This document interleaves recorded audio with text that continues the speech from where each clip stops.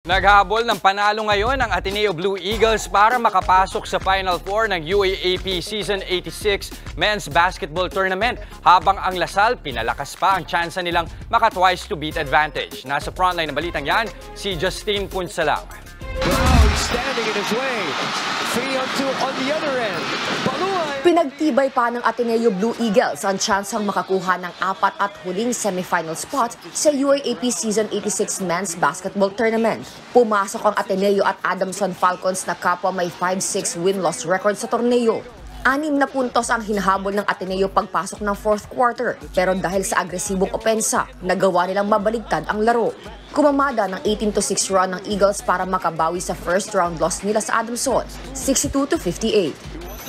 It was as tough as it gets, and we expected that. You know, that's the Adamson team. That's the Adamson coaching staff.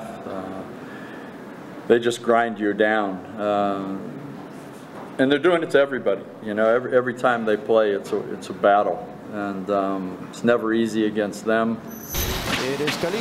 Susubukang makasecure ng playoff para sa semi-spot ng Ateneo sa Miyerkules kontra UE Red Warriors. Agad nagpamalas ng magandang laro ang De La Salle Green Archers kontra UE. Halos buong laro naghabol ang Red Warriors pero hindi sila hinayaan ng Lasal na makalapit. Final score 88-78. Ito ang ika-6 na sunod na panalo ng Archers. Wala pa silang talo sa round 2 ng eliminations at may tsansa pang makakuha ng twice to beat advantage. 9-3 na ang record ngayon ng Lasal para sa third place sa standings. Nanguna para sa koponan si leading MVP candidate Kevin Kiambao matapos magdala ng 17 points, 19 rebounds at 12 assists. Ito ay para sa pangalawa niyang triple-double ngayong season. Nag-step up din sa laro si point guard Mark Nonoy na umiskor naman ng game-high 25 points para sa Taft Bay squad.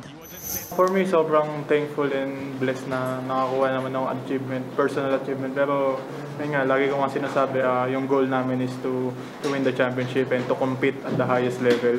And itong katabi ko dito, ito yung nag-unleash ng potential ko.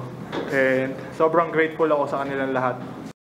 Balik aksyon ng UAAP sa Miyerkules sa Mall of Asia Arena. Unang maglalaro ang UE at Ateneo ng alas 11 ng umaga. Sunod ang UP Fighting Maroons at UST Tigers ng alauna ng hapon. Pagkatapos nila, sasabak naman sa laban ang Lasal at FEU Tamaraws ng 4 p.m. bago ang NU Bulldogs at Adamson ng 6 p.m. Nagbabalita mula sa Frontline, Justine Punsalang, News 5. Mga kapatid, Jess De Los Santos po, huwag magpauli sa mga umaaksyong balita at napapanahong issue sa bansa. Para sa mas malawak na balitaan, mag-subscribe at mag-follow sa social media pages ng News 5.